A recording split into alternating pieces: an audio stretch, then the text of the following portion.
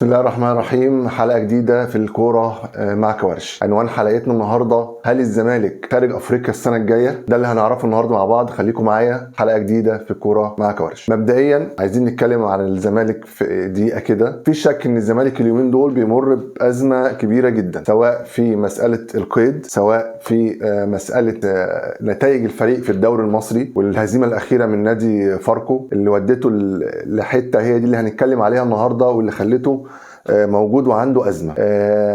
نادي الزمالك يعني بيمر بأزمات من داخل النادي نفسه، مرورا برئيس النادي للأعضاء حتى بعض المنتمين لنادي الزمالك اللي مش عارفين قيمته ومش عارفين تاريخ النادي ده ومدخلينه في مشاكل. وانا عارف ان في قطاع كبير جدا من الجماهير الزملكاويه مش راضيه عن كل اللي بيحصل جوه النادي. طيب ليه الزمالك خارج البطولات الافريقيه السنه الجايه؟ عارفين طبعا ان الدور الاول انتهى وكل فرقه لعبت 17 مباراه. ترتيب الزمالك لحد نهايه الدور الاول كان الرابع، ولكن المقاولين كان في المركز الخامس بناقص مباراه عن نادي الزمالك. عارفين ان السنه اللي فاتت الاتحاد الافريقي بعت للاتحاد المصري طلب منه اسماء الاربع فرق المشاركه في دوري ابطال افريقيا والكونفدراليه، وكان ساعتها الدوري لسه ما انتهاش. لكن اللائحه في الاتحاد المصري بتقول ان في حاله عدم استكمال البطوله وارسال الاتحاد الافريقي عشان يعرف اسماء الفرق المشاركه بيحتكموا للترتيب النهائي في الدور الاول. وكان الترتيب النهائي في الدور الاول كان الزمالك في المركز الاول، كان الاهلي في المركز الثاني، سيراميكا الثالث، فيوتشر الرابع. ومع ان نهايه الموسم انتهى وكان بيراميدز في المركز الثاني وكان الاهلي في المركز الثالث. نفس الكلام بينطبق على السنه دي. في تصريحات تلفزيونيه للحاج عامر حسين طلع وقال ان اللائحه ما اتغيرتش وان نفس الترتيب. لو الاتحاد الافريقي يوم 30/6 بعت وقال احنا عايزين اسماء الفرق المشاركه في دوري الابطال في الكونفدراليه فهيحتكموا للترتيب النهائي للدور الاول. طب تعالوا معانا كده نشوف الدور الاول ايه اللي حصل فيه.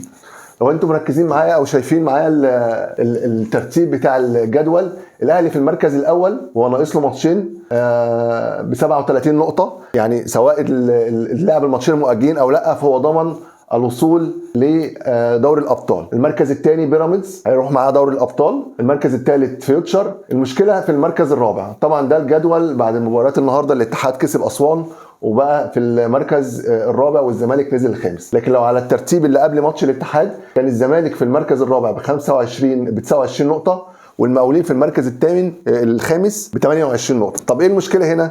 المشكله ان المقاولين ناقص له ماتش مؤجل. لو المقاولين قدر ان هو يحقق المفاجاه ويكسب الماتش ده هيطلع للمركز الرابع بدل الزمالك بفرق نقطتين، ويبقى الفرق المشاركه الاهلي وبيراميدز دوري ابطال وفيوتشر والمقاولين في الكونفدراليه والزمالك خارج البطولات الافريقيه.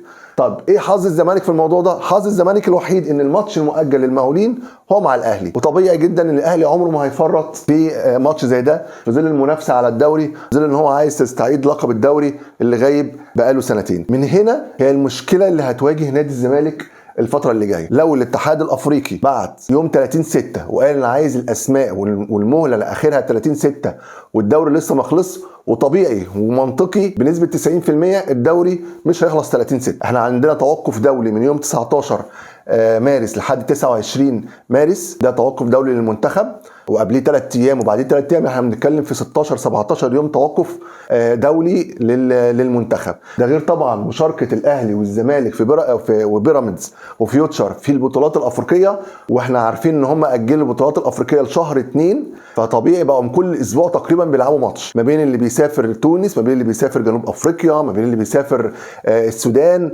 يعني ماتشات مضغوطه جدا. عندنا نهائي كاس المصري القديم ما بين الاهلي وبيراميدز لسه ما اتلعبش، عندنا الكاس الجديد، عندنا بدايه الدوري وبدايه الدور الثاني كله، فهيبقى فيه استحاله وصعوبه جدا في ان الدوري يخلص يوم 30/6. ده اللي هيخلي الزمالك في مأزق ان هو هل يستطيع ان هو يلعب حتى ولو في الكونفدراليه مش في دوري الابطال. يعني يا جماعه لو حتى يعني احنا بس المشكله دلوقتي مش في ان الزمالك يلعب حتى بطولات افريقيه ولا لا، ده الزمالك حتى لو لعب ولو المقاولين اتغلب من الاهلي الماتش ده فالزمالك مش هيبقى قدامه غير الكونفدراليه هو اللي يلعب فيها، مش هيلعب في دوري الابطال. في حاله ان الدوري خلص قبل 30/6 وده يعني مش حاجه يعني وارده خالص ان هي تحصل، يعني هيبقى هناخد بنتائج نهايه الدور او نهايه الدوري، وقت ساعتها هيبقى الزمالك عنده فرصه ان هو يلعب ويحسن من نتائجه، وممكن يطلع للمركز الثاني ويلعب دوري الابطال. اتمنى ان الدوري يخلص في ميعاده، اتمنى المؤجلات دي تخلص، اتمنى نادي الزمالك يدرك الموقف ده. ما ينفعش ان سنه من السنين تعدي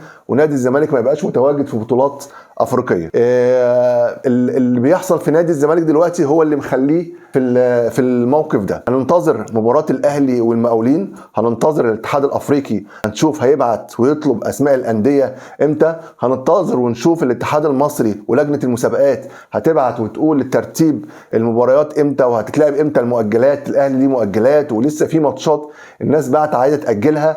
فالله يكون في عون الكره المصريه، او الله يكون في عون جماهير الزمالك على اللي بيحصل. وان شاء الله الامور دي تعدي على خير ونشوف الفرق كلها في احسن حال. انتظروني في الحلقه الجايه ان شاء الله. دي كانت نظره سريعه وملحوظه سريعه عن نادي الزمالك، هل يلعب في البطولات الافريقيه السنه الجايه ولا لا. ده كان الترتيب وده موقف الزمالك اللي جاي. ان شاء الله نشوفكم قريب في حلقه جديده من الكوره مع كوارش. السلام عليكم.